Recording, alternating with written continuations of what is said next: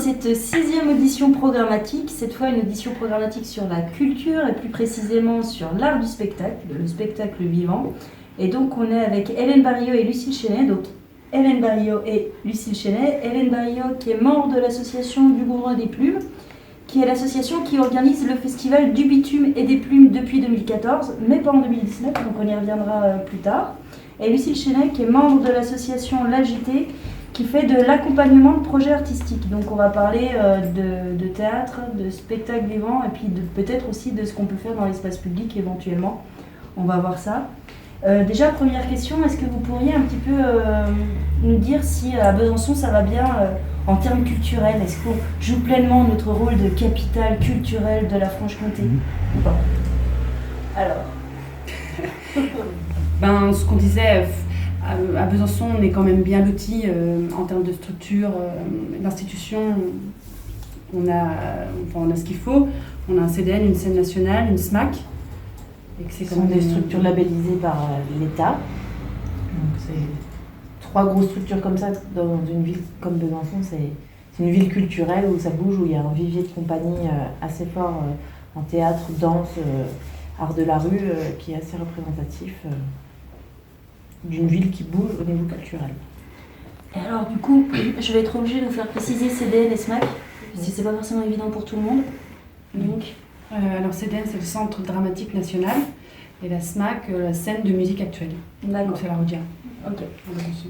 Ça marche. Et donc, vous parlez d'un vivier de compagnie, et nous, ce qui nous intéresse donc, pour notre programme, c'est de voir qu'est-ce qu'on pourrait faire pour aider concrètement, de quoi il y aurait besoin, c'est quoi les axes qu'il faudrait développer, et c'est quoi la particularité, est-ce qu'il y a une particularité byzantine qu'il faudrait mettre en avant ou pas, enfin, voilà, toutes ces questions-là.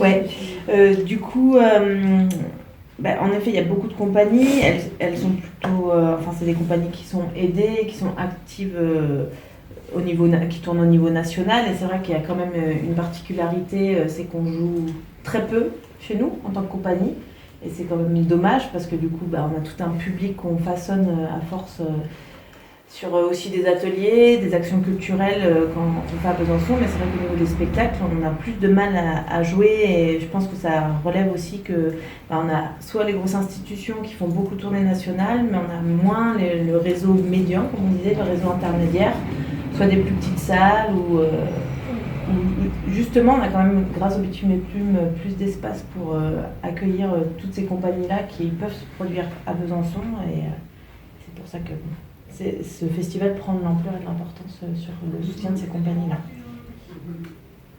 Et du coup, par rapport à ça, il y a un projet au niveau de la friche. Est-ce qu'on peut envisager qu'il y aurait d'autres choses à développer à la friche qui accueille déjà des compagnies actuellement?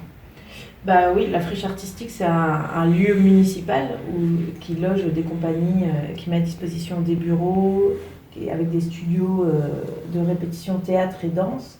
Mais il n'y a pas de projet culturel en soi véridique autour d'une vraie friche artistique où on pourrait accueillir des sorties de résidence, mettre à disposition des espaces, accueillir plus de monde au niveau des visites de cette friche. Enfin, elle fait un peu... Est-ce qu'il y a des espaces communs, par exemple Oui, on a une petite salle de labo pour répéter, mais qui n'est pas du tout sonorisée, donc tous les bureaux...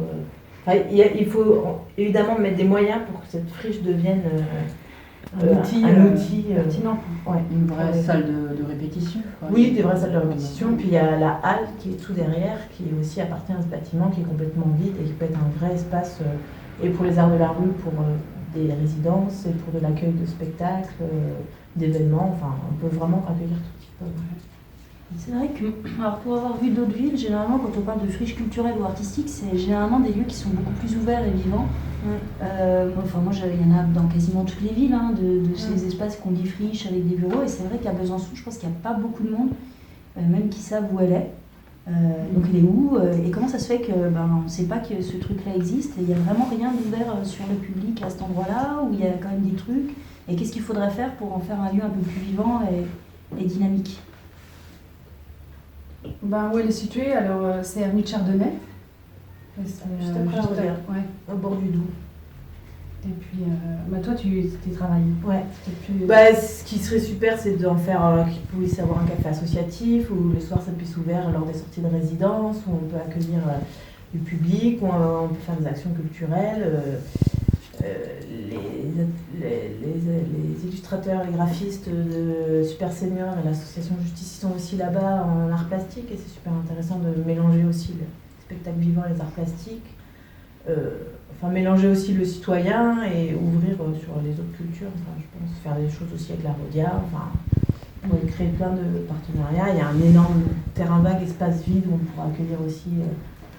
C'est là où il y a l'espace chapiteau que quand la scène nationale accueille des spectacles sous chapiteau. Il y a vraiment un terrain. Puis il y a le parc des Prés de Vaux pas loin qui est en train de se former et que je pense que c'est intéressant aussi que ça s'empare aussi pour le sport et la culture. Mélanger aussi un peu. Avoir un lien que le bitume n'est plus aussi, je pense. Et du coup, en tant que mairie, si on voulait développer ces friches artistiques pour l'ouvrir dans ce type de projet-là, il faudrait faire quoi en fait? Qu'est-ce qu'il faut faire? Clairement, mettre des moyens pour mettre à jour le bâtiment, on va dire, que ça soit un établissement recevant du public, parce que là, c'est hyper limité au niveau de l'accueil du public. Et c'est mettre des moyens, je pense, pour faire un poste, je pense, déjà de coordination générale pour que tout s'articule bien, un poste au début. Et, en tout cas, il y a des travaux à faire pour que ça soit viable et qu'on puisse recevoir du public. Et que la gestion soit peut-être laissée aux compagnies, quoi. Que ce soit une forme d'autogestion. Parce que là, c'est pas en autogestion, c'est géré comment? Là, il y a une partie des espaces de répétition qui sont gérés par le CDM et une autre partie qui est gérée par la ville. Par la compagnie Pernet. C'est toujours un duo, c'est CDN, ville, et le studio de danse, c'est la compagnie Pernet. Du coup, c'est quand même toute une procédure assez lourde pour avoir la mise à dispo de ces outils-là. Donc il faudrait simplifier les mises à dispo, et pareil je pense pour ouvrir le soir. Oui, il faut toujours bien fermer à clé. Bon après, il faut qu'il y ait de la sécurité parce qu'il y a des lieux de stockage pour les compagnies, donc évidemment il ne faut pas oublier cet aspect-là, mais oui, c'est mettre en place des systèmes simples d'accueil. Et aussi, pour l'accès au studio pour les compagnies qui n'ont pas encore forcément leur bureau à la friche. Ok, donc un premier grand axe, ça pourrait déjà de faire ce lieu qui existe déjà, avec de l'investissement, c'est d'en faire un lieu vraiment vivant et qui puisse être un lieu plus de création et plus ouvert. Du coup, est-ce que ça peut rentrer en lien avec ce que vous disiez sur le fait qu'il y avait des compagnies qui jouaient très peu à Besançon ou qui jouaient peu à Besançon? Est-ce que ça peut être, est-ce que c'est une autre problématique? Est-ce que ça peut rentrer dans ce cadre-là? Oui, ça pourrait, parce que ça deviendrait une scène supplémentaire. Un lieu supplémentaire pour les compagnies pour se produire, parce que là, pour l'instant, c'est soit le CDN, soit une scène nationale, et on n'y rentre pas comme ça, et il n'y a pas, comme disait très bien notre cher collègue, il n'y a pas de lieu intermédiaire pour accueillir. Sinon, c'est la salle battant, qui n'est pas une salle adaptée au spectacle vivant. Il y a le Cénacle qui est privatisé. Donc voilà, c'est pas. On manque d'une vraie scène en fait qui ferait tourner les compagnies locales. Oui, qui peut être on peut faire ses premières, ses crash tests. Qui soit une scène en fait de répétition, de travail pour les compagnies qui sont déjà sur place. Et qui soit aussi une scène de représentation. Donc équipée comme une scène classique qu'on trouverait. Je pense que dans la halle, il y a moyen de partager en deux et d'en faire une partie une scène, une partie un atelier de construction partagé. Et c'est vrai que Besançon, c'est quand même une ville où il y a beaucoup de compagnies de théâtre de rue, il y a aussi une tradition du cirque, et c'est vrai que j'ai l'impression que ça se voit pas tellement en termes de spectacle dans la rue, en fait, à part le bitume et les plumes, on a vraiment ça, mais j'ai pas l'impression que pour les bisontins et les bisontines, on voit vraiment que toutes ces compagnies qui existent locales. C'est le bitume qui donne cette visibilité. Et c'est pour ça que c'est une petite vitrine, quoi. C'est vrai que c'est une petite vitrine, alors qu'en fait, il y a un vivier de compagnies d'art de rue assez conséquent à Besançon. Et c'est ce qu'on déplore, c'est ce qu'on disait qu'en fait, ils jouent même pas, ces compagnies ne jouent pas au sein de leur siège, quoi. Au sein de leur siège social. Donc c'est un peu étrange. Il faut forcément faire des kilomètres. On va à Salins-Vibin les voir jouer, à Nevers, à Chalon. Parce que dans la rue, c'est l'incontournable. Mais chez nous, en tout cas, ouais. Je pense que ça pourrait aussi intéresser du coup les Bisontins de voir les compagnies qui sont implantées ici jouer plus à Besançon. Un public qui est très demandeur. Il y a un passif avec tout un tas de festivals qui a eu lieu, les instants festifs, après il y a eu plusieurs essais, musique de rue, Sonorama, et il y avait le public. À Besançon, il n'y a jamais eu de problème. Il y a les artistes de la friche qui sont montés en un collectif des friches, qui ont fait des événements à Battant, qui ont réuni beaucoup de gens. Le festival Pernet rassemble du monde, Bitume et Plume rassemble de plus en plus de monde. Et ça vient du Jura, de Montbéliard et tout ça. Donc ça se déplace pour venir voir du spectacle. Mais je pense qu'il faut...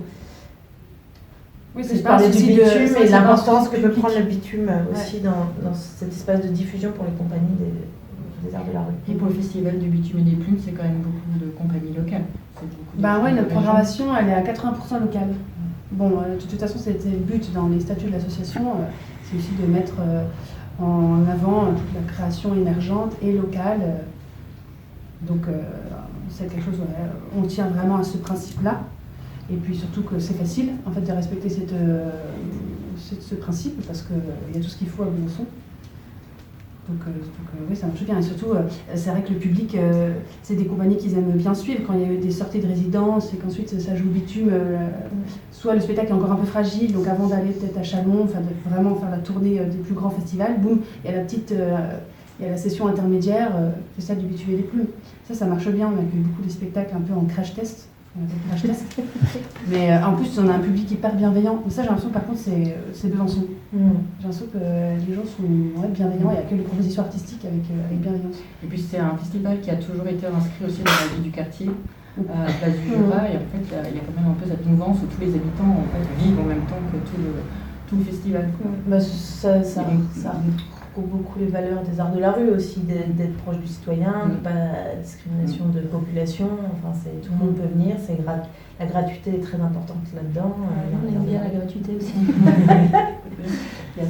Et puis en plus, il faut aussi préciser, mais il y a aussi beaucoup de spectacles en fait, qui se font dans les cours chez les habitants, en fait, chez eux. Et vous n'avez pas trop de mal en fait à justement avoir ces lieux-là, j'ai l'impression. C'est une façon d'impliquer les gens.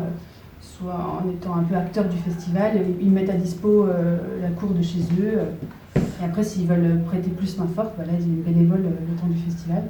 Et c'est vrai que ça marche parce que les habitants du quartier sont quand même vachement mobilisés sur ce festival. Donc, si on prenait encore un peu plus de place, d'autres quartiers, ça marcherait aussi. Elle a toute l'envergure de pouvoir grandir.